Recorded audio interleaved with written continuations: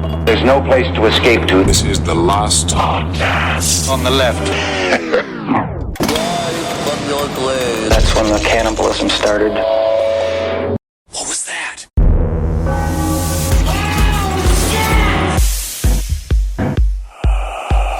Yes, I don't know if it's because of all the Thelema we've been reading, but I had a dream last night that me and Carolina were in a throuple with like a young James Caan. I mean, that really does fit. What a lucky young James Caan. But that's the thing. It was lucky for James Caan because I was the one that felt put out. You know how it happens? You know, I felt a little put out of the whole thing. Okay, fine, wait a James. second. I'm just going to go eat my chicken vindaloo alone. But is this because he wouldn't let you fuck him? No. They just seem to be having a better time without me. Yeah, why'd you than dream they that you were with another dude? I mean, which is fine, but It's not his fault. He doesn't know. It's his Yeah. dream. I don't choose what I dream about. Huh. And And that's it's Thelema. And in Thelema, there's a lot of those MMF situations happening. A lot There of spit absolutely roasting. is. A lot of spit roasting. It is very difficult to be a magician because one of the singular most difficult things I think truly is to be able to sit in a fairly stuffy room surrounded by a group of people in robes and remain hard, because that is one of the trials of one of the steps of the O.T.O. is literally you must enter into the circle rude published. That is what they called it. And then you have to maintain it, which is very difficult for me because, again, I love to perform, but not when it's intimate. Tough day to be a janitor. Welcome to Last Podcast on the Left, everyone. I am Ben, hanging out with Marcus, the newly horned up Marcus, by the way, looking at James Caan's young tushy, and Henry Zabrowski. So you were watching them have sex with each other? Not at all. I don't know. I said nothing in my statement to imply that. Yet You both said there was of a you- throuple. A throuple, yeah. A throuple, not necessarily a threesome. A throuple is different from a threesome. So you were doing the boring part? You were doing the everybody sitting around figuring out what we're going to watch on Netflix in a trifecta together? The throuple. I'm talking about a That's why I said throuple, not threesome. No, it was a throuple. And then at the end of it, like an old girlfriend from high school, like this really Christian girl, she got a hold of me. It's like, hey, I hear you're having some troubles. You want to get together? I'm like, I don't want that either. You know what I find interesting? In our dreams, everybody you see is you. Indeed, that's the case. And of course, a throuple, that's what I call my air, land, and sea, my fish fillet, chicken breast sandwich, and good old beef. Technically, that's already called a McGangbang. That's already been done. The McGangbang. Yes. Fantastic. All right, everyone, we're on to Jack Parsons, part 2. So when we last left Jack Parsons, the year was 1939, and he'd just been introduced to the Los Angeles occult scene in the form of the Agape Lodge of the O.T.O., founded by Aleister Crowley. At the same time, he was also making seismic breakthroughs in the scientific world through his work in rocketry. And can they be uncoupled? I submit that they cannot. Okay. But by 1939, the term rocket was seen as a purely science fiction term. Put another way, it would be like if we developed faster than light technology, but called it warp drive instead of the more scientific way of saying it, FTL. But that's what I fucking hate. Just call it warp drive. Yeah, just call it warp drive. I think that's a problem, though. And then Trump did it with Space Force, and then you're like, oh, it's fun that it's Space Force, but they don't do anything. They just got a new flag. And it's stupid. All right. Yeah. Well, they are blowing stuff up. Yeah. So to shed the science fiction connotations, the Jack Parsons crew at Caltech, the so-called Suicide Squad, they decided to change the name of their technology. Magic. Instead of calling them rockets, Parsons and the rest would from then on refer to this new technology as metal hot dogs. Perfect. jet technology. Jet technology. Okay, and then jets. they all got together and they faced off against those Puerto Ricans. Fantastic. And that That's the rumble. Jets and the Sharks, my friend. That is, now I forgot what it is. West Side Story. West Side Story. West Side Story. However, this technology was not shooting towards the stars just yet in 1939. World War II had already begun, and conflict, in one way or another, was obviously on the horizon for the United States. So, the Suicide Squad was given funding from the government to develop jet-assisted takeoff for their fighter and cargo planes. This technology was known as O.T.O. Cool. And the Suicide Squad became America's first government-sanctioned rocket research group. I'm going to be using the term O.T.O. a lot. over the Yes. course Okay. of the So series. just get used to it. O.T.O. And what does it stand for again? He's the- Jet-assisted takeoff. That's why I'm reiterating. Thank you. O.T.O. Thank you. Yes. J-A-T-O. It's the evil cousin of Cato. He was I actually, get he was in. He did too much meth to fall asleep. He was outside of the pool house. Oh, okay. So after almost blowing themselves up on the Caltech campus with a twin set of explosions when an oxygen line caught fire and ignited a tank of ethylene, the Suicide Squad asked the government for a budget of $100,000. Hey. That's nothing. They got 10. Oh, good. But we're still overjoyed that someone was finally taking them seriously. And they'd honestly sort of highballed it a little bit. You ask for a lot, you get a little. I've It's seen important. Shark Tank. It's important to do. In fact, Parsons and his crew believed that they had been immediately welcomed into the higher ranks of scientific society because just after they'd received funding, they were invited to a formal dinner at Caltech. They're in the big leagues. Where's it? We're going to war. We're getting chicken. This is really exciting. Good broccoli, too. However, Frank Molina, one of their crew, discovered that the Suicide Squad had actually been invited to the fancy dinner due to a clerical error, but Frank didn't have the heart to tell the rest of the crew that they'd only been invited by accident. Who cares? If you're invited by accident, you're still invited. I think that's how we've gotten invited to Heidi Klum's Halloween party. I'm not going to tell her that we're invited because as soon as they find out, then you're off the list. A W is a W in all areas of life. Never Absolutely. question. Just Absolutely. show up. Show up. You were invited. So after months of testing different powder formulas in huts made of corrugated iron in the Arroyo Seco, where the temperatures regularly hit 100 degrees, Parsons made a breakthrough that got the crew closer to JATO, jet-assisted takeoff. So the government, that's what it stands for. J.O. So the government doubled his group's funding in 1940. Yeah, man. But just as Parsons was breaking new ground in the field of rocketry, he was also immersing himself in the works of Aleister Crowley. Mr. Crowley. And he was well on his way to discovering knowledge that he believed would allow him to change the fabric of reality. Because not only was it Konk's Own Pax that was a book that inspired him, which was, we talked a little bit last week, which is what Aleister Crowley views as one of the fundamental books that one must read in order to even become a Minerval inside of the O.T.O. In order to even become, Minerval? yeah, that's what the initiates are called. A Minerval? Right? A Minerval. Oh, my. But he was also obsessed with a book called Darker Than You Think, which was by Jack Williamson, and it's about what? Where people. Anybody Where that can turn people. into an animal. It's a secret society that has fostered doubt in werewolves, right? So that they could go back and hide, right? Once, because they staged the witch hunts of the 1800s, right? To say, look, we got all the witches and They all the just werewolves. We got them all. They did it. They were And- LARPing. Yes. No, but they were werewolves. Oh. And then they went into hiding so they could go and plan their next move so they can come back and take over the world. But he got really into this concept of shape-shifting, right? There was like something about this. And the fact that the lead woman in the book was a big-bosomed, flaming red-haired, green-eyed woman that would become, as the we see, Scarlet Woman. yes, his obsessions as things went on. But this is, now we're seeing him in what I call his like neophyte phase, where he is starting to understand the processes of magical thinking and ritual, and he is getting obsessed with it because at the same time, not only is it like personally fulfilling, it's inspiring, but it's getting him out of the world of all these stuffy scientists and getting him into the world of all this hot-ass bush. All right. So now you feel better getting that off your chest. That's one thing. All right. Fantastic. A merval sounds like an otter that doesn't like to swim. He's been saving that. He's a typical merval. Minerval. Minerval. He's a typical Minerval.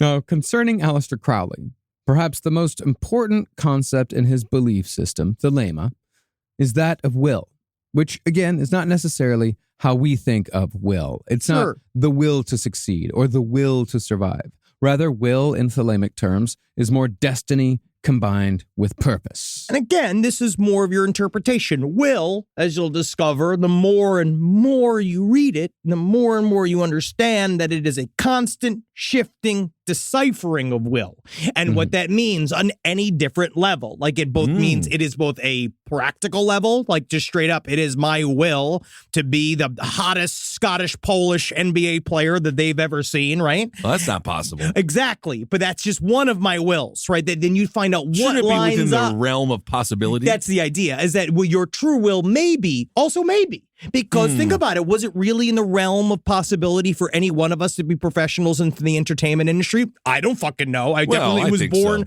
not necessarily. We were born way outside of it. None of us had institutional connections. What do we see? Mostly people who make it in entertainment are people that are born in money and in magic. Yeah, but but it would be like if we didn't have any mouths or eyes or ears or feet or hands. But you got to be super talented then. Yeah. You have to be the torso man. I had like 2 fortune tellers telling me when I was a kid that I was going to do well in entertainment. Well, that's because they were just trying to molest you. That's different. But again, it's more about like these concepts are like moving and shifting. So it really depends on what aligns with you. And with Jack Parsons, as soon as he discovered this, because we talked about last episode, he was such a headstrong motherfucker that he was like, yes, I know my will. I mean, my interpretation still holds, I think. Destinies change, purposes change. Yeah. And in Thelemic thought, every person has a true will or purpose that should be pursued to the exclusion of all else. And of course, that can change. Purposes change, goals change. And Crowley theorized that much of the world's problems came from people not following their true will. And perhaps from, Henry's interpretation, that might be not recognizing when your will has changed, holding on to something far longer than you should. Or it's like a dude named Minerval who was born with his foot backwards, but also became an NFL kicker. But again, learn how to use it, understood, I need to do football backwards. So he kicks it backwards, which is like a horse. That's something else. That's something different. Jado. That's his Jado. Jado it is. All right, I'm getting it now. Now, I think the concept of true will, I think it holds true for some people, and it isn't true at all for others. Although, I'll admit that the older I get, even since we did our Aleister Crowley series, I mean, the more the concept of true will really does make a lot of sense to me. Because it's on you to mine yourself, the raw material of your spirit, to find what the will is. And that's the thing. It's on you to do it. I'm going to go make some raw material right now. You see, again, the man is of chicken wing, right? Ben Kissel's will is mostly centered around chicken wing issues and chicken wing politics, right? And chicken, like what's in that world. And in that, Kissel is expressing his Bud Light will. Right. That is true. As a matter of fact, on Sunday, I did get a little bit too drunk, and I was like, chicken wings? Why do they call them chicken wings when they're actually chicken feet? And then it's just completely, utterly incorrect. Yeah. And then I thought with myself, I was like, no, there's no way they have to be the wing. But I was like convinced for like 30 seconds they were feet. No, man. Isn't that weird? You can buy chicken feet. Have you never been to a grocery store? No, I know. I'm so confused. I fought all over myself with this. I was just for some reason, I was like, why would they call chicken wings wings when they're feet? And I was like, no, that's wrong. It's in the name of the food. I know. I was questioning everything. Well, it was like last night when I texted Henry at like 1 a.m, to feeling like an idiot because I finally figured out that the reason why the Scottish water creature, the kelpie, the seahorse, the kelpie is called a kelpie because of kelp. Because of fucking seaweed. Oh, intriguing indeed. Yeah, and Henry texted back, "We are dumb as shit." Yeah, man. Because Kelpie's also the name of the unhelpful Starbucks barista. But that's the modern interpretation. I love kelp. Well, Jack Parsons, he was getting into Crowley's teachings so deeply that he began to consider Thelema itself as his true will. Rocketry was not his true will. Thelema was his true will, the true student. As such, Jack and Helen were initiated into the Agape Lodge of the O.T.O. on February 15th, 1941, with Jack taking this as his motto. Henry, please. The establishment of Thelema through the rituals of love. Oh, that's nice. I mean, he's basically stating his intention to fuck his way through a lot of magic. You know, as I was going through this process again, right? Because we've been when we did the Aleister Crowley series, I also went insane, and now I'm back in it. I sent Marcus some really funky ass Thelema jazz. I'm waiting until because next week is when we're truly going to get into the magic stuff. I'm waiting for then, so I don't mix the science and the jazz too much. I will wish I could play some for you now. Can we want play you a to next feel, episode, please? Yeah, but no, because it next just makes you episode just, we'll get into the jazz. It's just humping music, right? It's humping music. And you know what it is, man? Is that we're caught up on our fucking bullshit. Right? I agree. Because we talk about, it's him mad about, like, he can't do, like, he's fucking his way through magic, but he just understood what if fucking became my life. Nothing wrong with that. And only is fucking the center of my life, but then I can figure out the sort of, like, personal power attached to it. Fuck rockets. I've been blowing shit up since I'm 9. I've been doing this a long time. And now I'm like, wait a second. Now I can fuck and wear a wizard cap and do the whole fucking, all of the pageantry, like the idea of doing those rituals and walking into a room and you're blindfolded and a man with the ropes pulling you in there and then there's like a nude woman there and she's got to suck you not till you come because you got to save it. That's incredible. Edging indeed. And Fuck Rocket's a fantastic new dildo product. Yeah. It's a great one by Linda Lovelace. She's been dead for years. No, she's not. Wasn't she the one that had the clitoris in her throat? That's Deep Throat, yes. That was Linda Lovelace. He refuses to learn. He refuses to engage with the material. I think that was Linda Lovelace. She's dead. She's been dead since 2002. She has been dead. Okay. Yeah, I think you're thinking of that is Debbie Does Dallas. He is correct, but Debbie Does Dallas comes from like 1972. Yeah, but that was Linda Lovelace. Yes. Yeah, what a story. What a story there. Anyway, I think that, it's all this talking about fucking his way through magic. It's not bad. It's not, I'm not poo-pooing it at all. It is a good excuse to live a lifestyle that's stinky and sweaty in all the best ways. But Jack Parsons was a true believer in Thelemic principles. He's not just doing yes, it's fun. That's great. That's a great side. That is definitely a great side effect. He But he's doing it understood. because he believes in it. He understood it's one package. And that it's all one package, like all of it. Like, and who he was is that he was just an egg. And now he need to crack the egg and become a chicken. Oh, exciting. Well, once Jack Parsons was a part of the lodge, he increased the membership, started giving talks about the O.T.O. in his own home, and began to think of the O.T.O. as his family, which would prove to be a grave mistake later on. Yeah. Okay. And so Parsons split his time between Jado tests and the O.T.O., and he would spend his off time in the desert unwinding the way a guy who splits his time between highly dangerous experimental rocketry and sex magic might do. Cool. Scrabble. No, I don't know. I don't know the name of the game that him and Ed Foreman used to play. I mean, maybe it's called like Shoot Gun or Almost Die. Yeah, they would what is this? I could see him being a board game guy. They'd stand 50 yards apart from each other, take handguns, and then just fire them at each other to see who could get the closest to the other guy without hitting him with a bullet. Yeah, dude. Well, what if they hit him? He'd get shot. But man, this is the thing. He's not a board game guy. This is the freakiest, wildest motherfucker you would ever meet. You would want him nowhere near your girlfriend. He is at this point, this time, because everything's taken off and he's getting super slippery with it and all the magic and shit. Man, I love this motherfucker. You can have sex with my girlfriend. Her name is Minerva. And she's fantastic. She needs to do the reading. Yeah, absolutely. She has ears where her eyes are supposed to be, and you should see where her eyes are. But the thing about the O.T.O. is that it did interfere with Jack's day job. One time, he stayed up far too late, partying, reading poetry, playing records with all his magical buddies. Oh, that's nice. It's a nice night, but he was super hungover because he really liked absinthe. And he made his own absinthe. Hey, man, fucking keeps you wiggly, man. It's a strong one.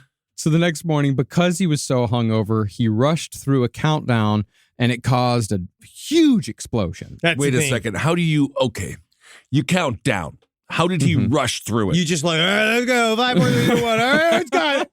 He's got it. Put it up there. Like Tommy was so directing the room, but he knew the rental was only good for 15 more minutes. Well, I think with a countdown, I might be talking completely out of my ass here, but I'm extrapolating from knowledge that I've learned about rockets over the last couple of weeks. Cool. I think part of the point of a countdown is not just to let everyone know that the rocket's about to go off so they can look. I think there's a lot of preparations that you're doing steering the countdown. Yeah, Right. put pressure in the oscillator Timing. and then fire up the gribble gobble and then get Ted off his sandwich. Absolutely. Hey, Ted, you're sitting on a sandwich. And he's like, oh, my lunch. Get off of the sandwich. Yeah. Yeah. Yeah. But if you could just go like 5, 4, 3, 2, 1, fucking do it. then, go, get it done.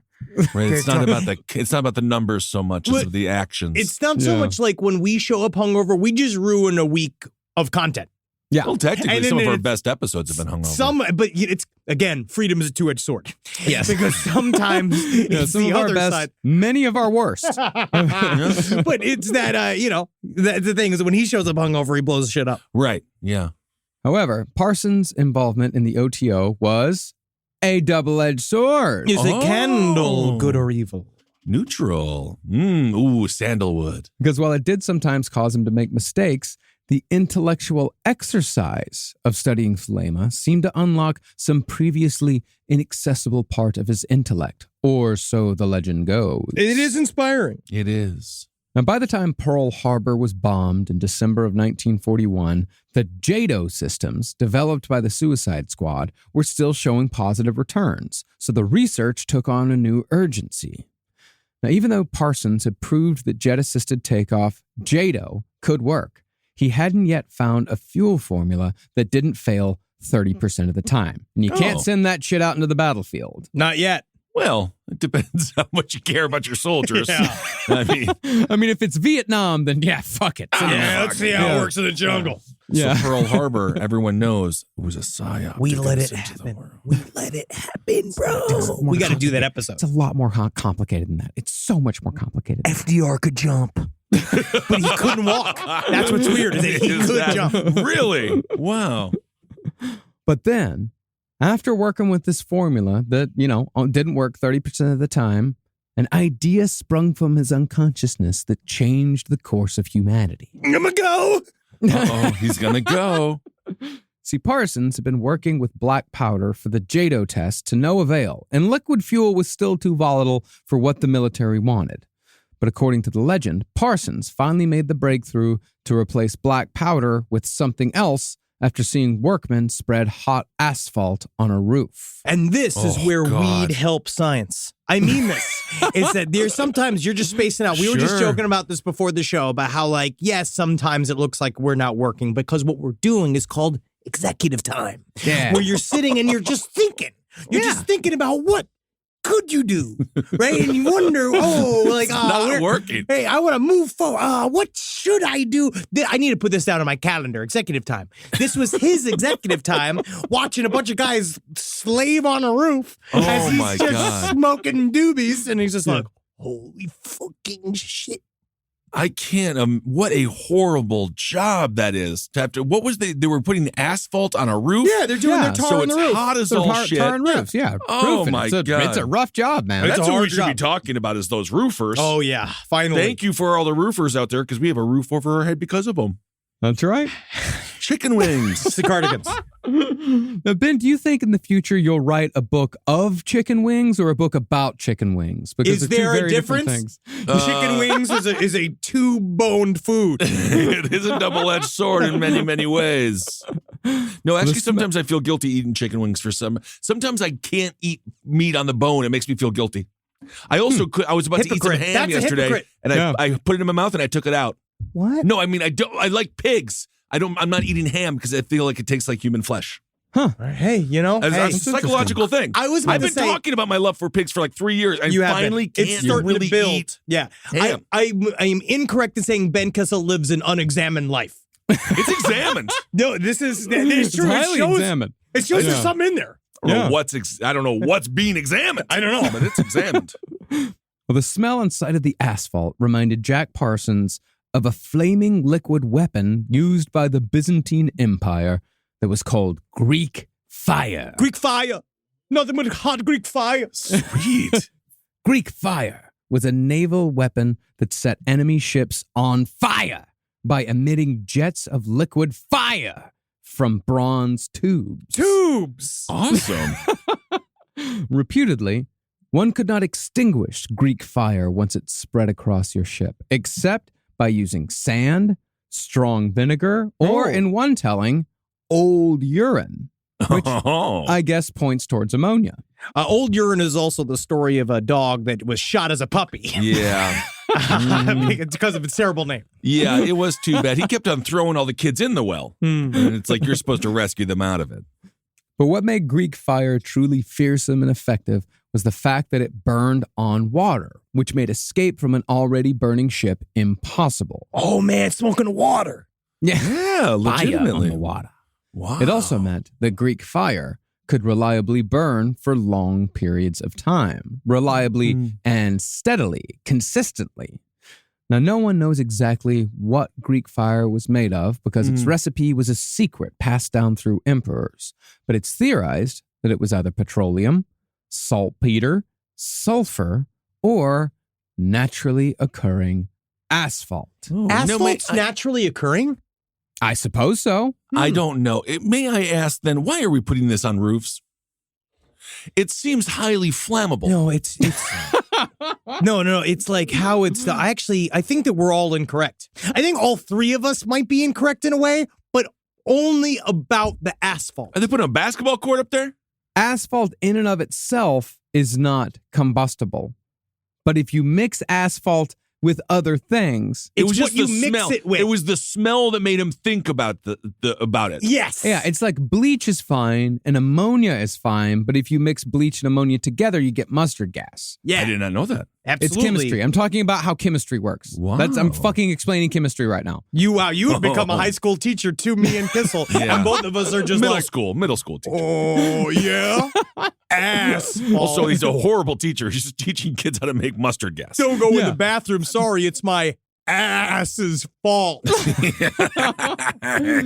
you know how to reach these keys. You know I how do to do not. it. That's good, though. Ass's fault. So, when Parsons saw those workmen spreading black asphalt on a Caltech roof, he grabbed a bucket of common roofing tar and added an oxidizer that allowed the tar to breathe and flame.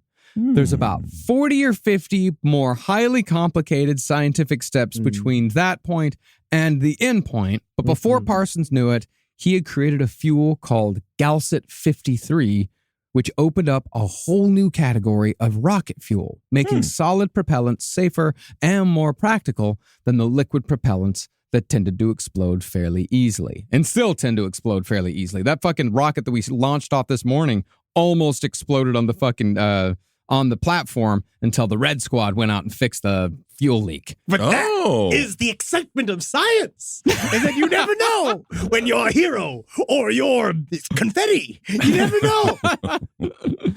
And while this new category of rocket fuel would be used to fire ballistic missiles like Polaris, Poseidon, and the Minutemen series, the descendants of Galset 53 would also propel space shuttles out of Earth's orbit decades later. I do find it magically interesting that one of the ways they figured out how to oxidize it was that when they put it in a tube, there's a space in the center of it that allows it to burn longer, and that space is a 5-pointed star. Oh, interesting. Very interesting indeed, sir. You got it. You really brought a lot of science to it. whole thing to a screaming halt. Indeed, it has halted. Now, Jack Parsons was only 27 years old when he made this discovery. But being 27, he was also making some extremely questionable decisions in his personal life, especially after he was fully under the freewheeling influence of the O.T.O. Well, I will say this, though. He's 27 in 1939 era, which, like inflation, it also affects age. So he's 43. Yes, and you'd only have He's 10 more 43. years of his life. I think that that's also very interesting because we talk about the 3 ages of man and magic.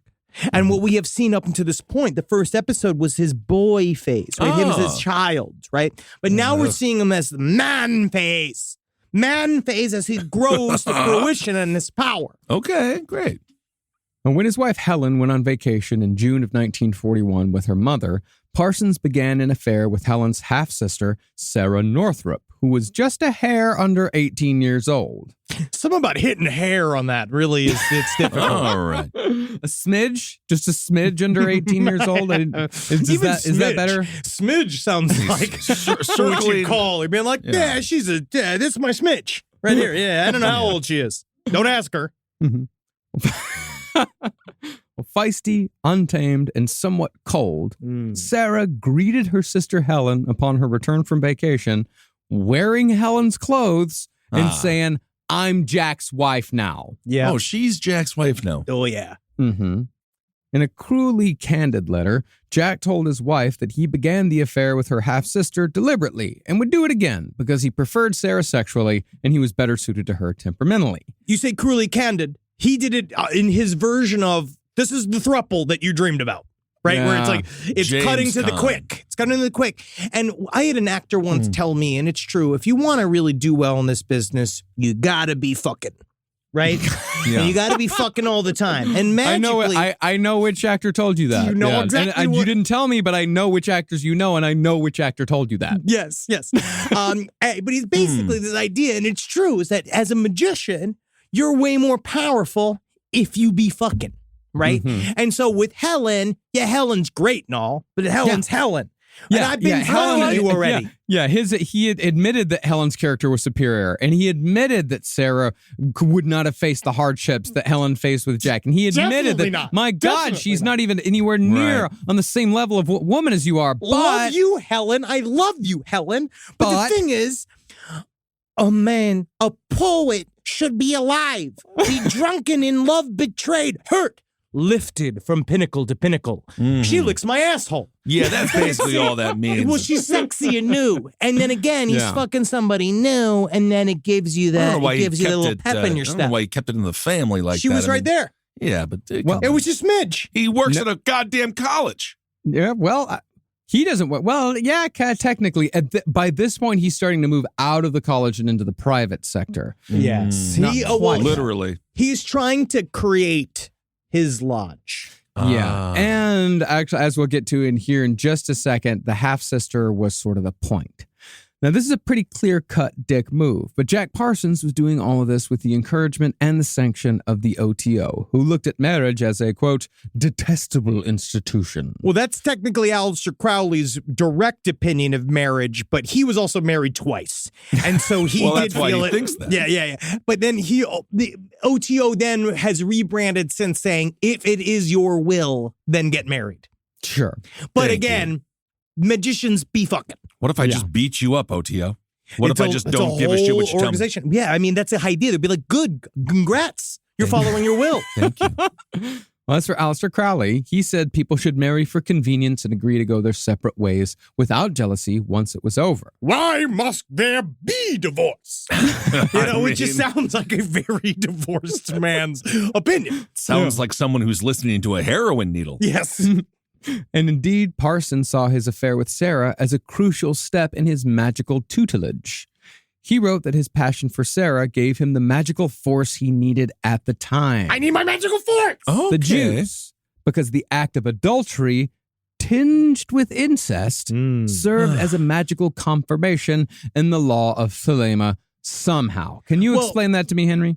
Well, it depends. Yeah, explain why incest is good really quick. Just A tinge. you always tinge of a incest. smidge. 45 seconds on why a smidge. smidge of incest is okay. It is not, well, there is a little bit of the concept of transgressions, right? The idea that a transgressive act can fuck with the magic juju and give it to you strong. But technically, the O.T.O and Aleister Crowley and Thelema specifically comes out against incest.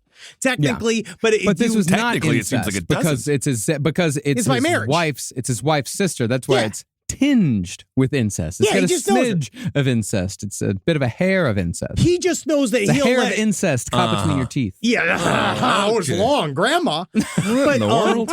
truly, it's more about the fact that Sarah will be down with the activities of the O.T.O and understand, hey, like, 'cause I think Helen was like, well, no matter what, I'm your number one, right? I'm your number one. And he's like, yeah, Oh, baby, yeah, yeah, that'll baby. work out. But then Jack Parsons at some point was like, what if I had like 5 number ones? Right? But then you're all equal. You're like a team of rivals. Well, there's Helen, like, she was not some wilting flower. She didn't run away screaming. She was a full-fledged member of the O.T.O. She would be a true believer until the day she died. Helen Parsons is extremely important to this organization. Very much so. So she stayed. And perhaps because Parsons was able to pull off such an impressive sister switcheroo, he began to gain a reputation in the organization. Specifically, Crowley's second-in-command in the O.T.O., a German immigrant living in New York named Karl Germer, he was hearing good things about this young rocket scientist out in California who had the tiniest bit of celebrity and just the tiniest bit more money.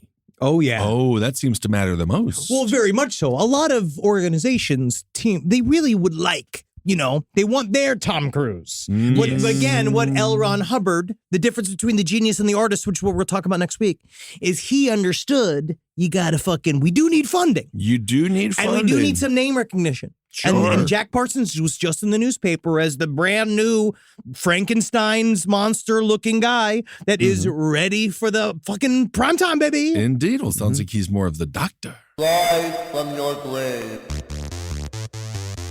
Hi, I'm Jackie Zabrowski. And I'm MJ. And I'm Holden from the Page 7 podcast, and we're going on tour!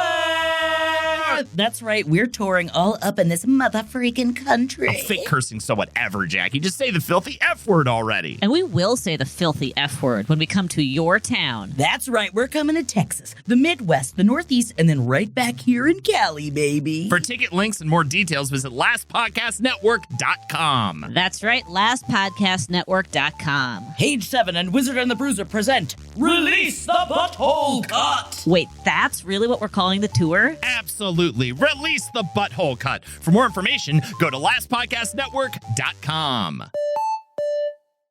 Now, Crowley's second-in-command, Karl Germer, he had an interesting story all of his own, and he'd very much suffered for magic and had come out the other end still a believer. In 1937, just 3 years before Germer contacted Parsons, he'd been in Germany when Hitler banned all occult groups, including the O.T.O. The only room for one! Yeah. As a result, Germer had found himself in a concentration camp. But he was eventually released and he immigrated to America. God, it's got to be terrible to have ADHD in there. Henry, you are off the show. He's off the show, Yeah, Marcus. you're done. He's He's off the show. That was so hacky. That was so hacky. I'm upset. I just did holding on chicken wings. Yeah, I know. It is a will. That's why he's got no, you can't. We've been doing this for 12 fucking years, buddy. We are professional entertainers. You've been doing comedy for like 20 years. Oh, but comedy, that's long before we came along. Even 30 years. That's the best part, is that because I have this experience, everything I say is canon. No, and it's not everything canon. I say, it's it like needs to be shot out of a cannon and into space and never heard from again. Whoa, whoa. Well, once Karl Germer arrived in America from the concentration camp, he was then harassed by the FBI for being a close associate of Aleister Crowley. Because if you'll remember, Crowley had spent all of World War I in America writing pro-German propaganda for fun and profit. But he was like a double, he's a double agent. Yeah. He was covered in animals. Whatever. Yeah, he was saying that he was writing things that were so ridiculous that they was actually making the Germans look bad. Oh, yeah, that's how that works. I forgot. Yes. Yeah. Eventually, though, Germer settled into life in New York and was acting as Crowley's representative in America. He decided to act as a personal guru to Jack Parsons and implied that if Parsons accepted his tutelage, he would soon be introduced to Aleister Crowley himself. Which would actually fit in because it's interesting during this time period, Jack Parsons was trying to become a more quote-unquote serious student.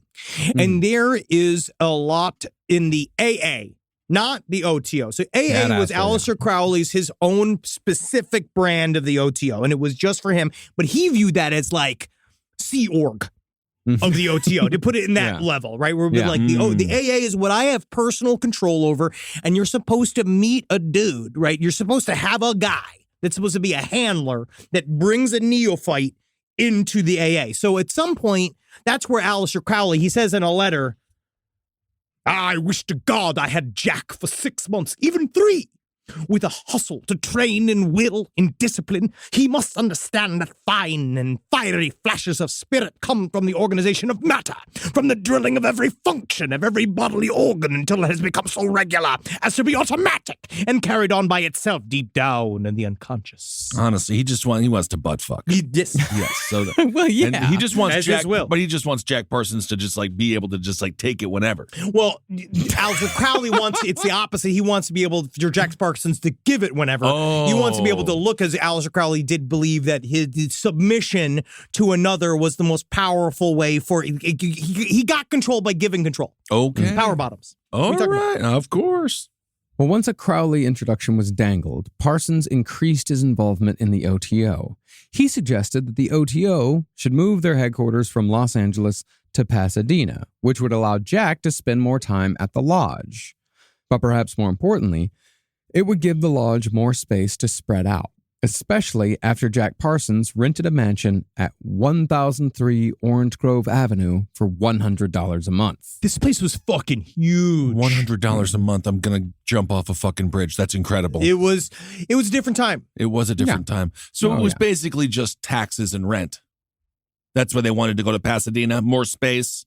More space. Yeah. More bang for your buck. How many times did they say more bang for your buck? I think there was a lot of that in the O.T.O. Yeah. But Jack Parsons lived in Pasadena, and it was an attempt. They viewed him as the one. That was like one thing that started coming up. It was like, as people were meeting him at the Agape Lounge, and they were like, Agape Lodge. The Agape Lounge, I think. That's the outside. That's a hookah lounge. But when they started meeting him, they were like, oh, he might have the X factor. Okay. But Aleister Crowley, again, he was a very hard teacher. And his whole thing was that literally, and you had to kiss the ring. Okay. Yeah. All right. But Parsons filled that mansion with O.T.O. members, and they were all supposed to live there communally. It was sort of a second draft of Crowley's failed Abbey of Thelema, where people lost their minds or their lives in the countryside of Sicily. Well, that's where he ate shit. Yes, and then watched others eat poop. Yeah, I remember that. I remember that, he ate shit and then spent 2 days going like, that was a bad idea. I shouldn't have this astral stomach ache. It's supposed to be something I ate. Yeah, what have you been eating? Pancakes or Piles carbs? of shit. Piles of shit. You know me. I maybe circle that in the calendar and notice when the stomach ache started, right after you ate that pile of human shit. It was a full log. That's what he said, that he was a full log. I remember the story. That one sticks out. I remember only the things that I don't like the most. That was that one. He was an experimenter. I think he cut it with a fork and knife. I saw the movie Sallow. Oh, God. Well, when I say communal, this is communal living here in this mansion with all these O.T.O. members. I don't mean that everyone was on equal footing.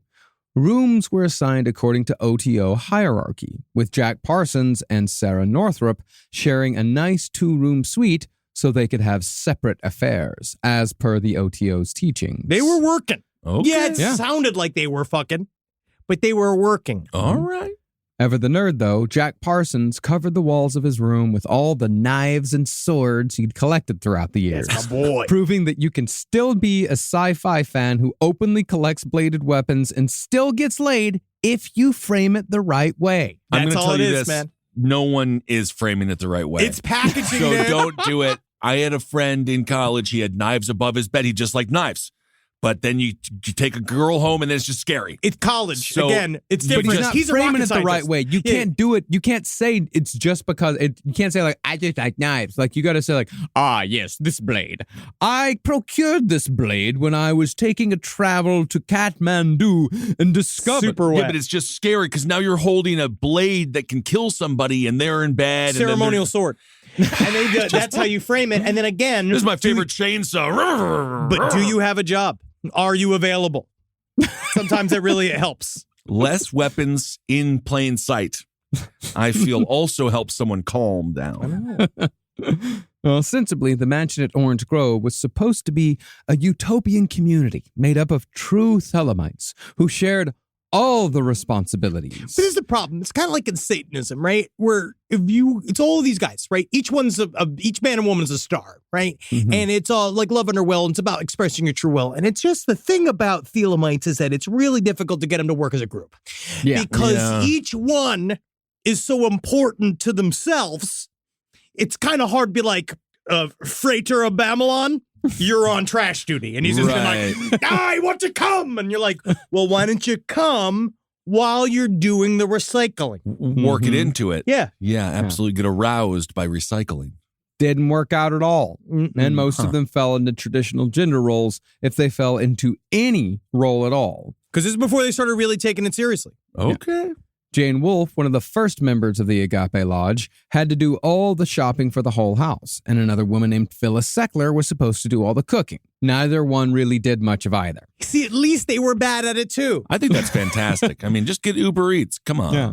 As far as the men went, an actor named Frederick Mellinger was supposed to do all the yard work. Oh, that's not happening. No. Yeah, he just didn't do it. All the garden stuff. And you know what they do? Acting like I'm doing it, but it's just you're not doing it. And he's just like miming a rake. Yeah. And then they go and they're like, why didn't you do the garden? Why aren't you doing all the leaves and stuff? And he's like, it's just not my true will to rake. Actors. And it's like, I just need you to just have the will to fucking, I'm going to hit you. I'm going to hit you. The true skill that actors have is the ability to stay in the location for a long period of time. Like like one of these things they hang out in, the canisters of shit. An apartment? No, when you're on trailer. Set, a trailer. Yes, so they can sit in those trailers for hours and hours and hours. It's very important. It's a skill. And stay in the head mindset. Oh yeah, method acting. Mm-hmm. That's good. Well, there actually was one guy who tried using "It's Not My True Will," using that excuse to get out of work. Wilfred Smith, the co-founder of the Agape Lodge. He's in management. He quit his day job. He said he was supposed to take care of the animals and the vegetables. But while I guess working at the fucking gas company, that's an acceptable position, agriculture is apparently not a field fitting for a priest of the O.T.O. It's not easy to do. Did he have any experimentation? Did he know how to grow a vegetable? I do feel like there is something in manual labor that actually does help magically. I think that he was incorrect. It's because he was a fancy pants nerd. When was the last time he did manual labor? In the house, I have to. Now, as soon as you have a house, you have to do a bunch of work, and it sucks. Mm-hmm. Sarah Northrup, meanwhile, didn't do shit except have sex with Jack and do her best to fuck up Jack's day when she felt Jack wasn't paying enough attention to her, which was always. She was a spark plug. That's bit of a smidge. Oh. Really, about the only one who did anything was Helen Parsons, who was still technically married to Jack. She was the treasurer, and she did a competent job. But the thing is that a lot of these people had kids, and they brought the kids to this mansion, and then they just kind of let them run wild. It ain't for a family. You know what I mean? You're supposed to really be concentrating on the fucking your onus and having sex under will and all that kind of shit. Not like, you got to go to kindergarten. Yeah, I would have gone with the no kid policy on that one. But if you are a kid running around the streets of Pasadena and with fairly loose parenting, maybe it was kind of fun. For some of them. These were like 3-year-olds. Just that was probably miserable. They were just kind of confused and upset. Yeah. Well, as far as what Jack Parsons did, he had arguably the most important job. He paid for everything. That is the most important job, and I need to talk to my fucking dogs about that. Yeah. Because Jerry and Puffin have been just, what do you do around here? Yeah. And it's like you fucking, everything that you look at. Wendy said something to me the other day. I was on the couch. She said, aren't you supposed to be on tour right now? Shut the fuck up. And I was like, let me just sit. I know. It's unbelievable what they say with their eyes. Mm-hmm. Well, he gave his entire paycheck to the Church of Thelema every month, save for $10 that he'd keep for himself. But for him, it was worth it. He provided the money, and the O.T.O. provided him with a weird-ass family and a like-minded community. Yeah, I really think on his way, that's where like Jack Parsons is different than a lot of these other kind of remoras on society as far as I'm concerned, where like he really was starting to find fellowship and loved it. He loved the actual practice and the study, and he was really getting into it. And he was just like, he did the thing where he looked around me like, how do I make this my life and not everything else? That was the church I was forced to go to, Good News Fellowship Church. That's where they would marry a lesbian to a gay man because that's how that fixed that. It did. They did that.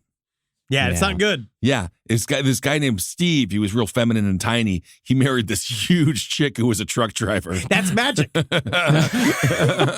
I don't think it worked out. They probably were pretty sad. Unless they started wailing on each other. No, I don't. Fucking like crazy. I don't think so. It wasn't really like that. I don't think it would happen. It was a bad idea. Well, Parsons also brought in more people on his level.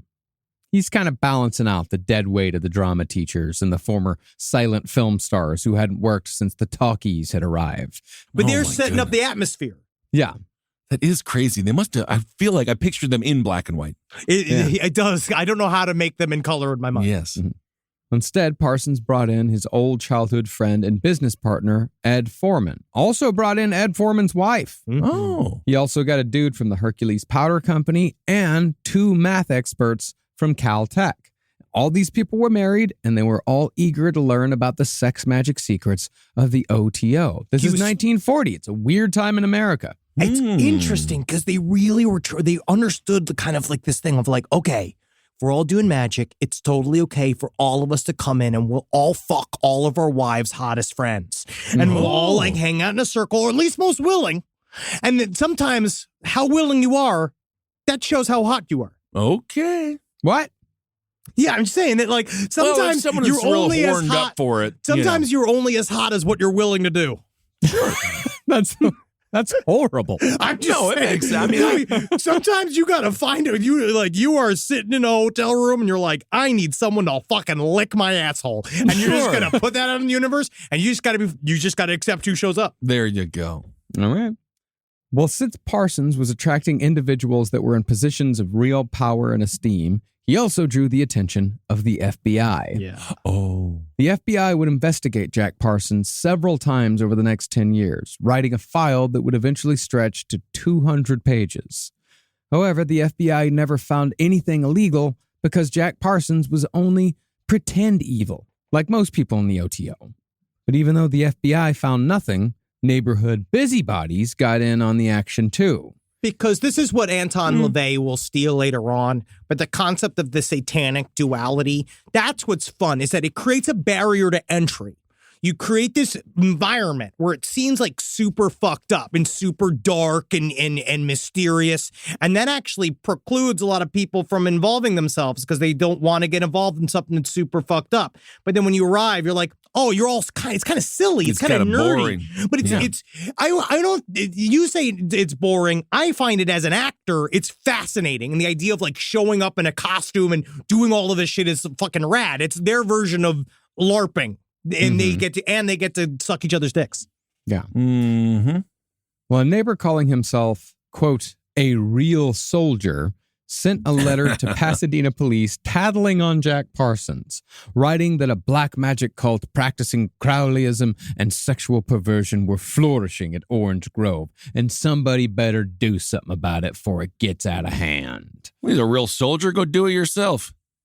He wasn't. He was a soldier of Pasadena's army of men that stare at your house. Oh. Now, as I said, nothing illegal was happening, but the Agape Lodge of the O.T.O. was a dangerous organization to join emotionally if you weren't ready for it, because the O.T.O., it's kind of the swingers club of the magical world. Basically, it's threesome rules. If you have to be convinced to do it, you're not ready for it. Nice. In a prime example of feelings getting hurt, Jack Parsons brought in a guy named Grady McMurtry, who would eventually bring the O.T.O. back from the brink of obscurity in 1971 with Helen Parsons. Oh. But back in 1941, when McMurtry first joined, he was dealing with the emotional consequences of sex magic after Parsons and Wilfred Smith spit roasted his wife, got her pregnant, and paid for an abortion without telling him. Oh, interesting. Also, you continue to say spit roast. In America, it is called rotisserie. And we did learn this because when we did, what show were we in? Amsterdam? I forgot what it was. We were in Manchester. You were in Manchester. Yeah, Because I mentioned rotisserie in one of our funny little bits. And then they were like, it's not rotisserie, it's spit roasting, which is so much more disgusting sounding. And that's what makes it more European. Okay. Yeah. Yeah, and spit roasting. I brought that back from, that's one of the things I brought back from Manchester, as well as, a relapse of long COVID. So Yeah. Yeah, hell of yeah. course. It's That's both. fun. You got spit roasted by long COVID. It has definitely been fucking both ends of your life. Yeah. Well, as a consequence, Grady McMurtry said that Parsons and his ilk were a bunch of empty-headed Athenians. Oh, that's as much as you could say after they all had sex with his Wow. wife. He's like, you nerds. You're...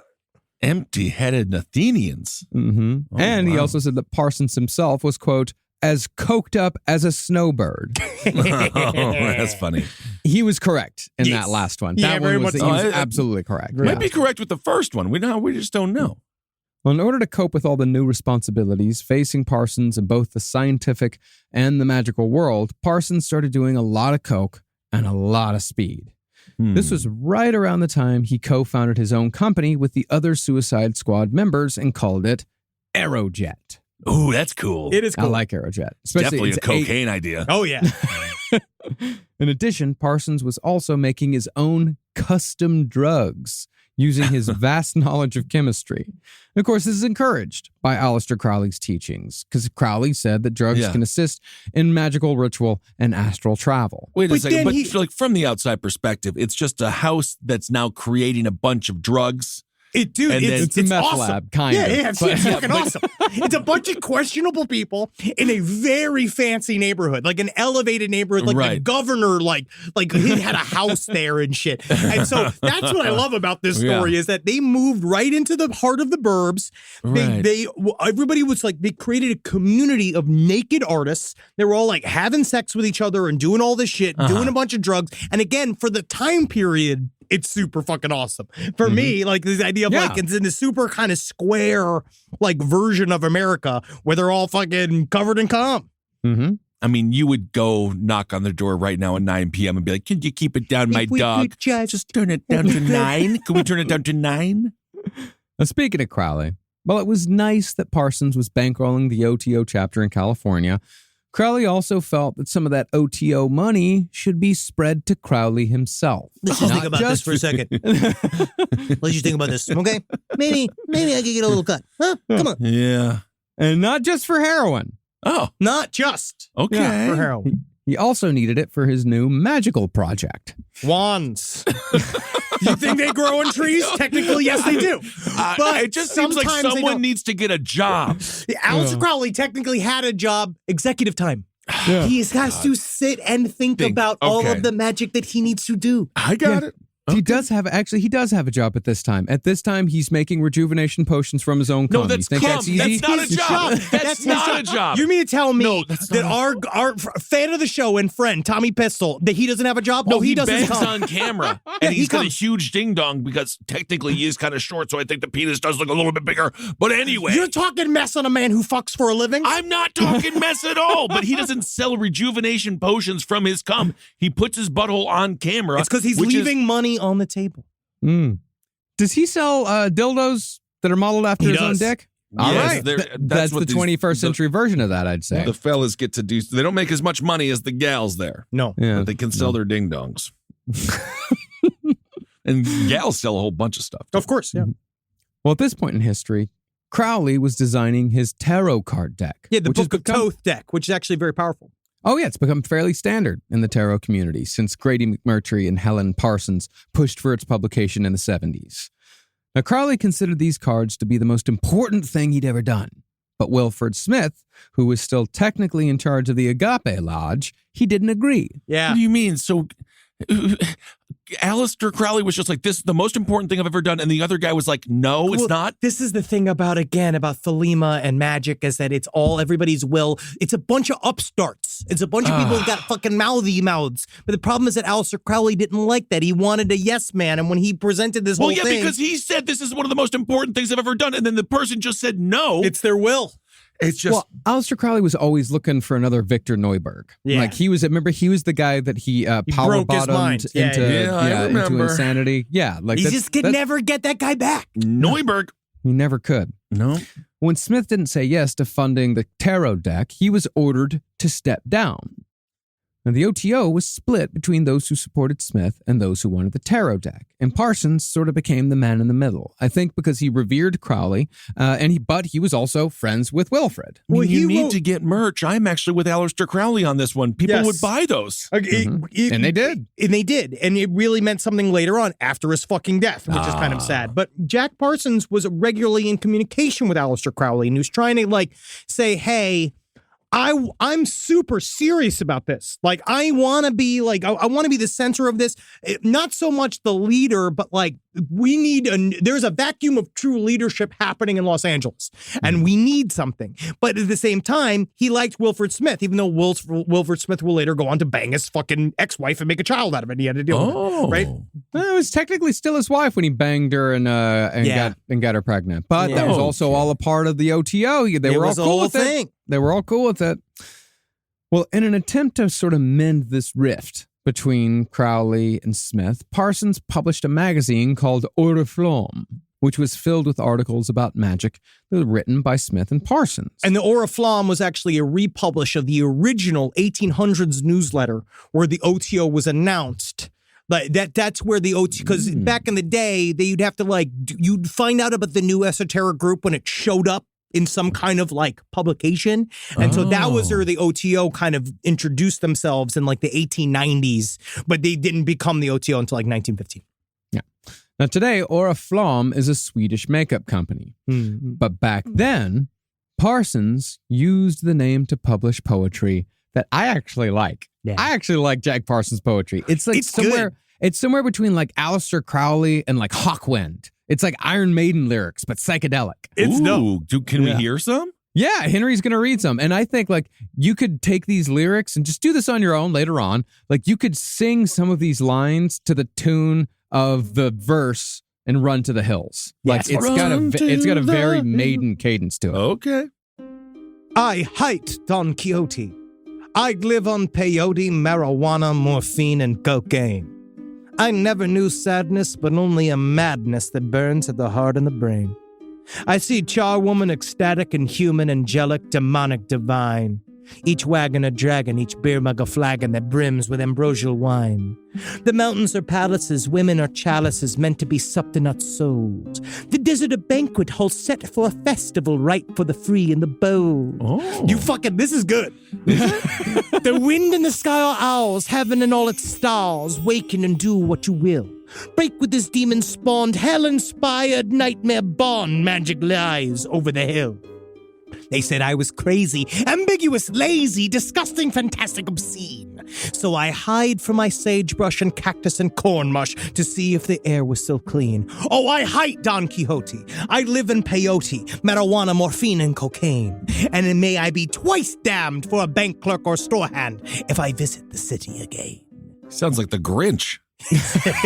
Who's getting his dick sucked? Well, I think the Grinch did get his dick. Maybe that would have made him happier.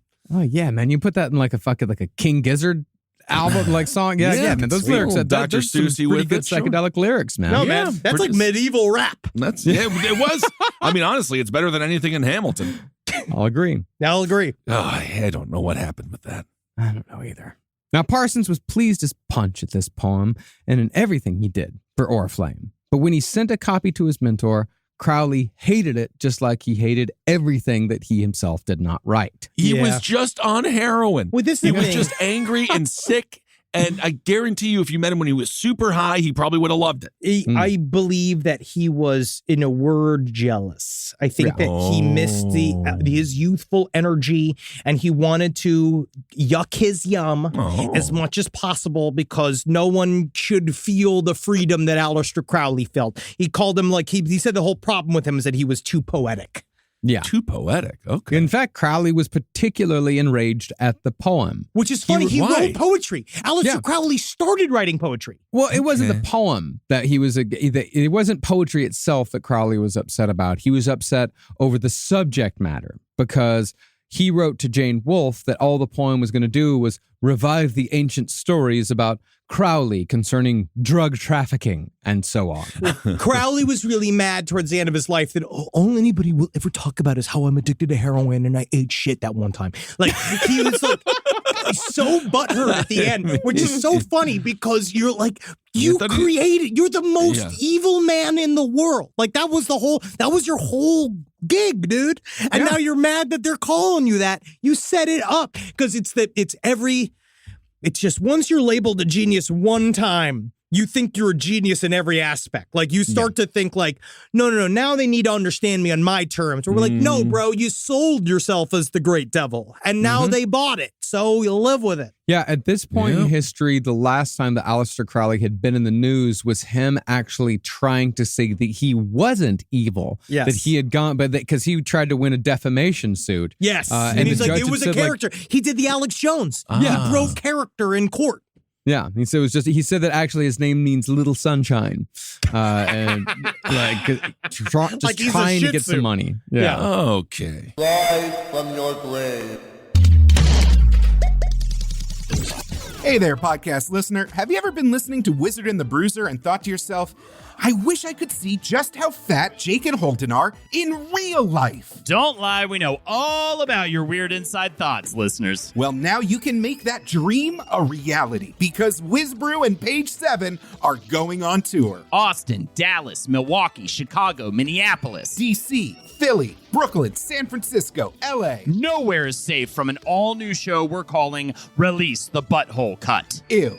Come join your fellow LPN fans for a night of pop culture chaos that's fun for the whole family, assuming your family consists of equally broken weirdos in their 30s. It's going to be a blast. Tickets are on sale right now at lastpodcastnetwork.com. Go now. There's VIP meet and greet passes available as well, in case you want to get, a little extra close, especially personal. I legally have to clarify that there is no sexual element involved. I mean, unless, Okay, geez, Jake. All right, stop winking, all right, buddy? It's Page 7 and Wizard and the Bruiser live. Go to lastpodcastnetwork.com for dates and tickets. Now, Jack Parsons was embarrassed that Crowley wasn't picking up what he was putting down. But Carl Germer, Crowley's second in command, still had great respect for what Jack was doing. Germer also noticed that Parsons was the only one with any money because his company, Aerojet, was getting more and more profitable off government contracts, lest he forget that World War II was still going on. Well, that was going to be one of my questions. Any concern about that? What? It doesn't seem like they're really talking about the big war. No, they're doing magic. And then the rest of their life is spent building weapons for the war. So they spend their whole days doing the war, and then at nighttime they're getting their dicks up. Oh, I see. So they are focused on the war. They know the war's happening. But they all got they're all in the arms industry. They're very much. Again, war profiteers. Well, they got their They got their they didn't have to be drafted because they were considered essential for the war effort working on the weapons program. Gotcha. Yeah. So, since Parsons had the brains and the bankroll, he was put forth as the only alternative from Wilford Smith for leadership in the Agape Lodge. Meanwhile, he wasn't super pleased. No. He didn't really want to be in charge. Again, he was like, that's not what I'm saying. He's like, I like to, again, executive producer is a really good place to be where you show up and you don't have to come up with every single thing. You're like the fourth executive produder. You pay for stuff and then you go like, that curtain should be brown. And then you just sit the rest of the time in Video Village with the things, and then you could, and then you just get to do your sex magic. So it sounds like he was more of the inventor and not like it's not a company. He wants to invent. Yeah, he doesn't want to run a company. He wanted to live the life of the mind. Yeah. And since Crowley was further put off by Wilford Smith because Crowley thought Smith was turning the O.T.O into a boring love cult, whatever. Jack's ascendance as head of the Agape Lodge was arranged. In return, Parsons gave Crowley $300 for the tarot deck, perhaps revealing the more practical impetus behind Jack's new leadership role. Thank you, Jack. Yeah, that's nice. That's a lot of money. Now, this was 1943, and all this infighting had led to a significant exodus of the Orange Grove Mansion residents, who were actually probably more interested in Wilford Smith's love cult angle than they were in living by the Thelemic principles. I mean, that's what's nice about these lodges, right? Because if you're in there for the ritual magic, you got you covered. But if you're in there to just do group fucky sucky, all you got to do is put on the costumes and go like, yep, I'm Saladin, blah, blah, blah, and then you do it. But if you don't like it, you can only do it for so long. Yes, eventually it does become annoying, I can imagine. See, while Parsons definitely kept the sex parties, he had refocused the lodge to make magical attainment the highest priority, and he began teaching classes on the tarot and Crowleyan studies. Now, once Wilford Smith was out as the head of the O.T.O, Crowley naturally wanted to get rid of him altogether. But Wilford Smith and Helen Parsons had begun an affair of their own, and Helen was pregnant. Yeah. And since Parsons actually did walk the walk when it came to the no jealousy rule, he asked Crowley to not take any further action against Wilford Smith until after the child was born, because he still loved his wife. They're all in it together, Oh, yeah. He's trying to make it work. Yeah. But as soon as the child known as Quinn Lanval Parsons was born... That'll be good for him. Yeah, it's going to be fine. Crowley set a complicated and humiliating plan in motion that was somewhat of a mix between a test of faith and a highly elaborate practical joke. Which is Crowley at his very core. Yes. At his very core, like I've been reading Moonchild too, and I forget how funny Moonchild is. Like Moonchild also has a lot of like parody of other magicians. Like he makes fun of fucking the Golden Dawn. He makes fun of these people. Like there's like funny shit in it. But yeah, he definitely, because you can't just kick him out. Yeah. You can't just say, like, get out of here. He has to come up with, like, this kind of, put him through it. He's got to put him through a bunch of labors. I mean, you could just say get out of here, but... But if you do that, then you lose... if you say just get out of here, you lose credibility. You lose leadership. You have to make them leave, because that's the thing. And it strengthens you if they leave, especially after you give them a bunch of goofy bullshit to do. You can say they were not strong enough. Because check it out. Listen to what Crowley had him do. Okay. Crowley sent Wilfred Smith a 12-page letter that presented a mixture of Kabbalistic calculation, omen telling, and oracle reading. It included Smith's horoscope drawn up and cross-referenced with broad readings from Crowley's masterwork, the Book of the Law. Yeah, and he's just looking at it like it's homework, right? Which is all of Crowley, right? It's a lot of work. You look at it, you're like, okay, how do I... All right, I'm parsing through this. And once Crowley established the appropriate amount of magical bullshit in the letter to the point where Smith couldn't argue with it, Crowley concluded by declaring that Wilfred T. Smith was not a man at all, but was in fact the incarnation of a god, although Crowley did not know which god he was. So Crowley posits, like, listen, no. So the best part is, you're no longer needed as the leader of the California edition of the O.T.O. I get it, right? I mean, that's a bummer. But it's a promotion in a way. Where you are now, though, but you're a god. I'm a god You're now. a god. I don't know which one. What superpowers do I have? Oh, one of those superpowers is definitely not being in charge of the O.T.O. anymore. Whoa, that's cool. But because that's beneath you. I'm a god. You're too good for it. I believe it. I'm a god now. Well, Smith's mission, Crowley wrote, was to find out which god he was. That's a lot. And in order to do this, he gave him a plan, though. He said, you got to leave the Orange Grove mansion. You're going to need to leave town. You're going to need to get the fuck out of it. Okay? You're going to have to cut off all contact with the Agape Lodge. Yep. Uh-huh. You're going to have to tattoo the number 666 on your forehead. This is the only way. I've done the reading. I've done the math. Uh-huh. And you got to move to the desert. Well, and only then, after you go out, do all that, only then will you be set upon the path to discovering which god you are. That's important. That's just the fucking, that's the leg prep work. Yeah. I wish I had this logic when I was a bouncer to get drunkards out of the bar. Yeah, be like, listen, you're not drunk enough that to be honestly, dude. Come back when you're drunker. You should come back when you're drunker. Yeah. Smith, of course, resigned from his position rather than go through this humiliating ordeal that was obviously just meant to humiliate him. Yeah. Oh, he didn't get the 666 tattoo on his face? No, like the guy that got the Romney R on his face? The vibe seems to be he was excited up top, and then as he was going through the documentation, he's like, I'm being roasted. So he did notice. Yes. Well, the thing is, though, Parsons soon resigned as well. The infighting and the pressure from his job was starting to get to him, and the weak attempt to manipulate Wilfred Smith into doing something so stupid kind of soured Jack Parsons on Aleister Crowley for just a little bit. But if you'll remember, Jack Parsons had grown up without a father, so Crowley jumped on that need for a father figure by writing a paternal, if bullying letter refusing to accept the resignation. Yep. Crowley also, of course, left out the part saying that he really needed Parsons to stay because he was the only one around making any real money. Yes. Right. He was definitely the angel donator. Yeah. Yes. Now, Parsons knew that he was being manipulated, but he still had a thirst for knowledge, and he still believed in the O.T.O., and he believed in Crowley's work, even if he didn't always believe in Crowley himself. Oh, yeah. So Parsons decided to adopt Crowley as a father figure, and he continued his work for the O.T.O. I mean, most of our dads haven't eaten human shit. I mean, I don't know what my father did in Vietnam. That's true.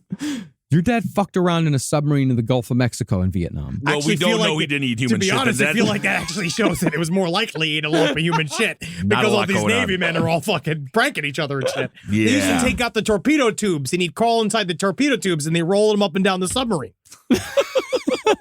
They had a great time in Vietnam. I can't believe we didn't win that war. I don't know what happened. Now, concerning Jack Parsons' place in the scientific world, he was very much developing machines of war. He was building guided missiles that could fly 150 miles to deliver 1,000-pound payloads, capable of killing hundreds, if not thousands, in a single shot. But what's crazy is that while he was developing these weapons of medium destruction, he was also playing dangerous pranks on his employees. He was like setting off smoke bombs during lunch. He's a fun guy. Yeah. He's out of pocket, man. I would really like to be the employee, but it sounds like he had fun. No, yes. Yeah, great fun. No, he would take firecrackers and walk up to areas where they were working on volatile chemicals, and he put the firecracker into a tin can to make it louder, and then he'd light it. That's fun. And then everyone would freak out because they thought they were about to die, but he's laughing and laughing. My thing is, man, honestly, your job is you're making these bombs, right? Stop being so scared all the time. Well, it's a scary process. Stop flinching. Jack Parsons was steely-eyed. Mm-hmm. I guess so. But since Parsons was of the opinion that no object is neither good nor evil, even if it is a ballistic missile. But does a ballistic missile, or does it, how do I make this neutral? If it's just in your house, it's a table. That could be a table. It could be a lamp. It could really be anything. Maybe you could use it to make holes if you wanted a lake. I definitely help me you could take over that HOA with one. Oh, sure. Oh, my goodness. Well, Jack's company pushed forward, and they were given $3 million to further develop missile and jet technology. The shit's getting bigger and bigger. By that time, Aerojet had changed its name to the Jet Propulsion Research Project, or JPL. Jack Parsons lives! That's what they call it. That's what they call it nowadays. And the group dynamic had changed as well. It was far more corporate, and eventual trips to the moon had taken a backseat to the possible destruction of everything on the ground. It's not a bunch of buddies blowing shit up anymore. No. It's getting down to job. Well, they're dealing with some pretty important stuff. Yeah. Maybe you want a little structure. But Parsons continued to use JPL as his private experimental lab, continuing on with the same self-educated DIY attitude that had gotten him there in the first place. This, of course, caused tensions with the more hoity-toity employees at JPL, like an astrophysics professor named Frank Zwicky. Whatever, nerd. You're not fucking having group sex. But now, can we just say maybe they're right? Because it seems like he's doing a lot of experimental stuff with very dangerous chemicals. And executive time. He needs to think of ideas and he needs to do things as it is his will. Yeah. Doesn't have a degree. Well, that's the thing. It's That's what Zwicky said. He said that Parsons was dangerous and untrained, which, he was. Both of those things were very true, but he got results. Bro, who needs that fucking degree, bro? If you're I know, but does LeBron need a degree in jumping in the basketball game? No, it's different. It's different. If anyone on this show, Ben, that I would imagine would be This fucking man. absolutely for Jack Parsons. This man. No, it's again. I thought it'd be you. Logic. I am fine with the man who pulled himself up by his weird suspenders and he made himself a physicist without a degree. But I'm just saying at some point, maybe he could have gone to a class. Whatever. Maybe it was just a safety class. He was the class, bro. Well, that might be the problem. Well, Zwicky had no respect for Parsons, and Zwicky would order chemicals for experiments that Parsons told him wouldn't work for rockets. Parsons fucking like, why are you doing wrong, that? Zwicky. Fuck you, Zwicky. Yeah, but Zwicky's saying, I'm a professor. I've got the knowledge. I'll order them. Mr. Teacher, I'll do whatever you want, Mr. Teacher. I like the doers more than the teachers. He's but on the teacher's side. What has happened? I am pro-teacher in many ways. I mean, I just think he could have been taught how to be safer. That's so weird. All right, that's so weird. I want to see how you respond to this, Ben. All right. When the chemicals arrived that Zwicky ordered, that Parsons said, no, we don't need those. Why are you ordering those? When they arrived, Parsons snuck out to the building where the chemicals were being held, and he blew up the building. That's what I'm fucking talking about, dude. Student becomes the master. Oh, Mr. Teacher. He's got a what if I $3 million blow up your school, Mr. Teacher? What is he, is he Tiger King trying to kill his alligators? He's in charge of himself, bro. Yeah, man, this is his... We're about to go to war.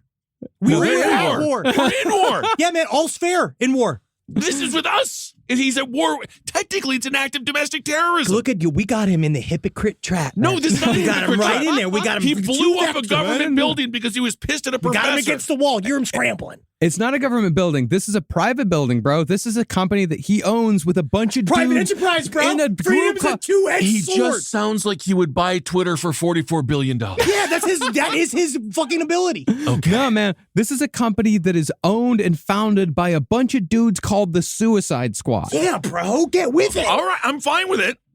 Just All right. saying. All right. Eventually, though, the demands the military put on Parsons got to be too much. They demanded 20,000 JATO mechanisms a month when Parsons had barely managed to build 2,000 in the entire previous year. And so when a company called General Tire bought 51% of the company Parsons had started with the Suicide Squad, Jack Parsons and Edward Foreman sold their shares to Frank Molina for $11,000. No small sum in 1943. Absolutely not. And there was a little bit of conjecture about whether or not they were forced out or not, or asked to leave. And because, again, they were, the suits took over. Sure. So once the suits came in and they bought it out and stuff, and they look at Jack Parsons and they were like, well, you're too much of a renegade. Well, because he blew up that entire building. Taught that teacher a lesson he should have known himself. Ever since, that company has been involved in every manned space vehicle that the United States has ever launched. And the shares Foreman and Parsons sold were worth $12 million just by the 1960s. Never mind present day. That was maybe a mistake. Maybe they should have kept those. They might have just fired him. Put them in your back pocket. Yeah. But money was not what Jack Parsons was after. Freedom. But money, oftentimes, it has been scientifically proven now that it does make you happier. He already was, it's different. He's trying to get in the magic biz. Okay. While he still briefly worked as a consultant for JPL after the sale, he left the rocketry world completely at the age of 30 to completely focus on magic for the rest of his short life.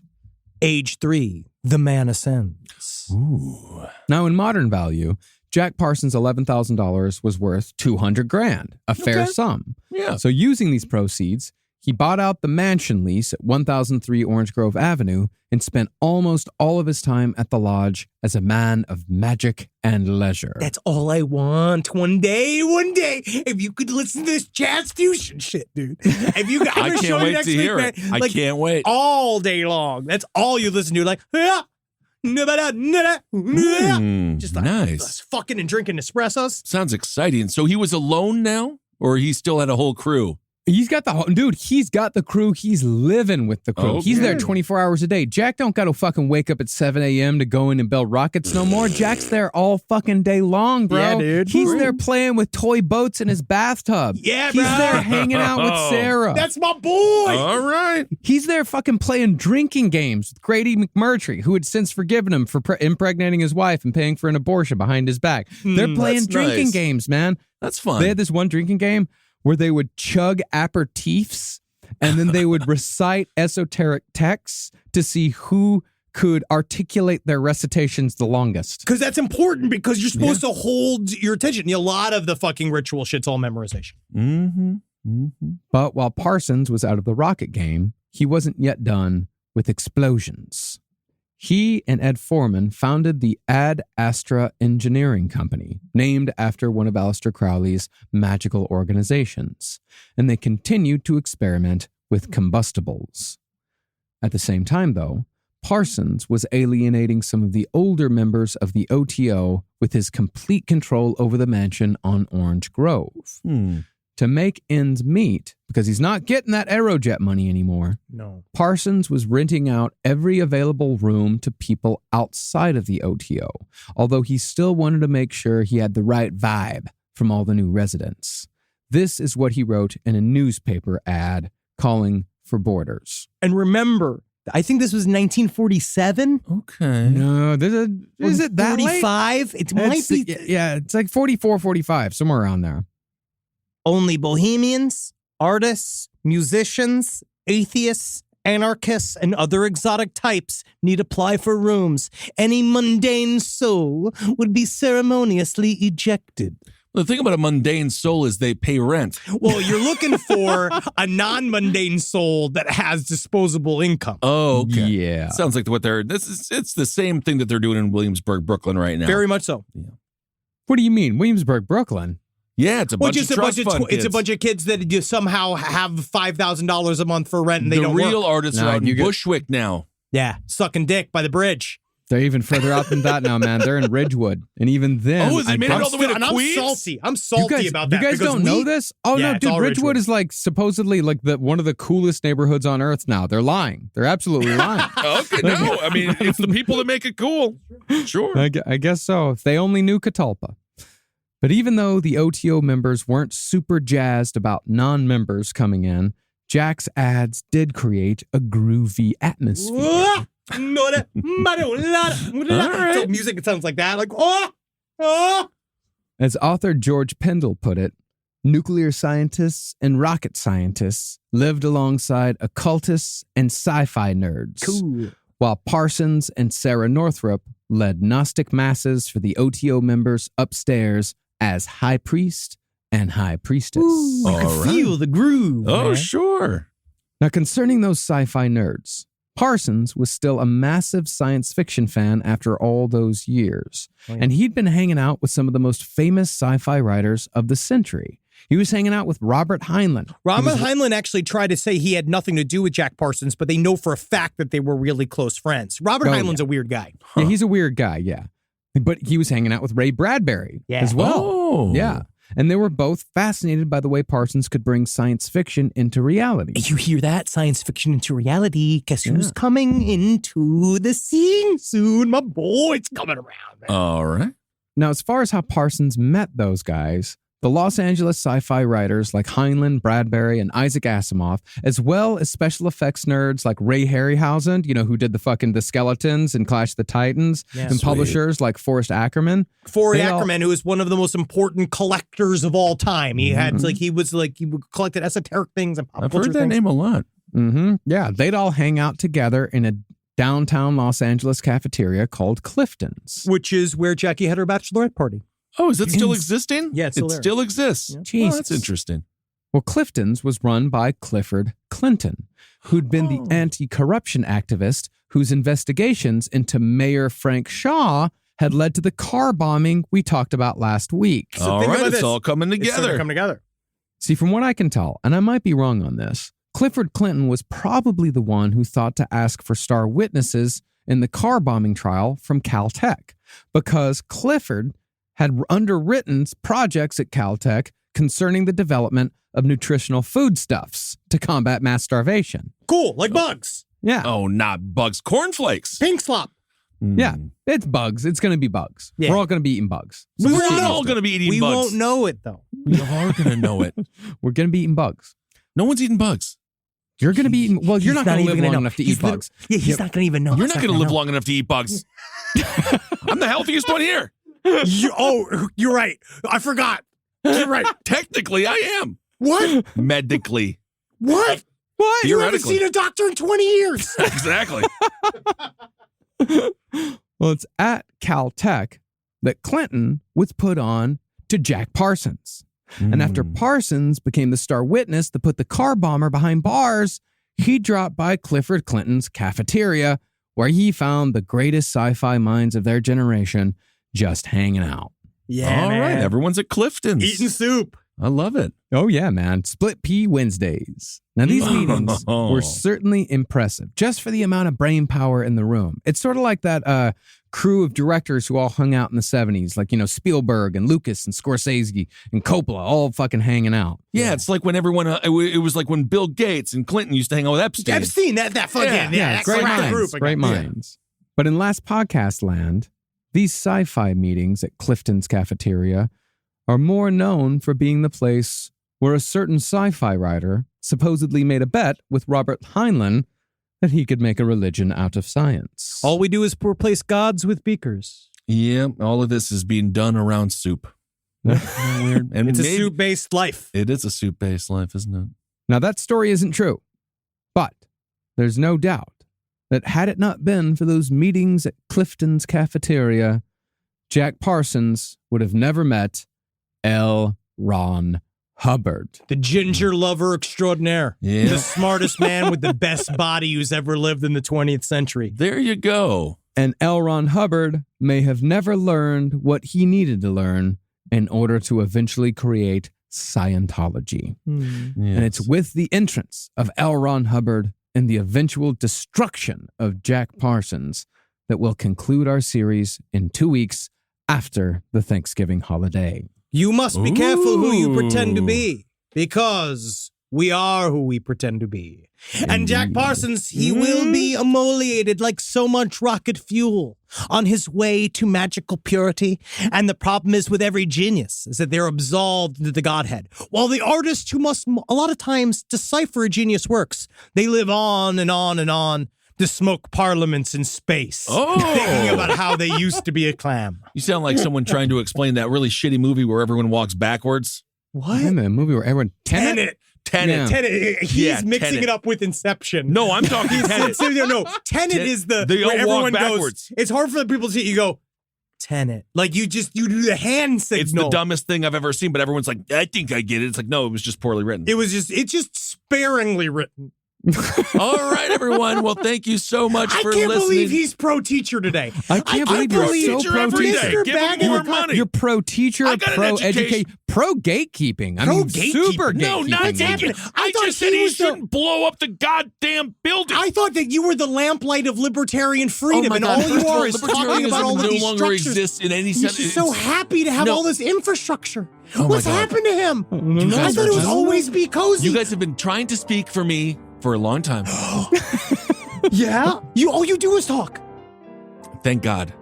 Okay, everyone. Well, thank you for listening. Unbelievable. We will see everybody in Indianapolis and Grand Rapids this weekend. Marcus, he's not going to be there, but we're going to have Jackie Zabrowski and Holden McNeely. Yes. So they'll fulfill half of what Marcus can bring. So there you go. I would say we need 2 others to completely fulfill you, but That's Eddie right. is busy. Yes, Thank you he's on very it. much. I And Larson appreciate is on his honeymoon right now, enjoying And- his life and swimming in a lot of water. Yeah, and thanks to everyone who is being very understanding about me taking these shows off. I'm still good enough to record, still good enough to, live a life, but just not good enough to travel to 2 different cities and perform for 6 hours over the course of 2 days. So thank you very much for understanding. Yeah, I like about our fans is that they are fairly chill. They are cool. you guys They're are cool, man. fairly chill. They're cool. So thank you. They're cool. Sometimes they get riled up, but so do I. All right, everyone. Well, thank you for listening. Thank you for supporting all the shows here on the network. And what we're doing on Sirius has been so fun. And you guys are just being wonderful. So hail yourselves. Hail Satan. Again. Congratulations, everybody. And find your path yourself. It's important. It is Remember, important. you go out there every day, right? You fucking find your locus. And sometimes it takes some reading. Oh. Sometimes it takes getting your butthole licked in a mansion somewhere. Yeah, Or all if you of that can is swing fine, it. but then he blew up a building. That's all I'm I saying. can't believe that he is Don't just, commit you are acts so of domestic terrorism. He was has his become building. He said before would have Side stormed the Stories, Capitol. He said he wanted to become a police officer before our last episode No, I of didn't Side say Stories. that. I said when I was Yeah. 9 years old and my mom told me not to. He's changed everything. He's changing. Oh my God. All right.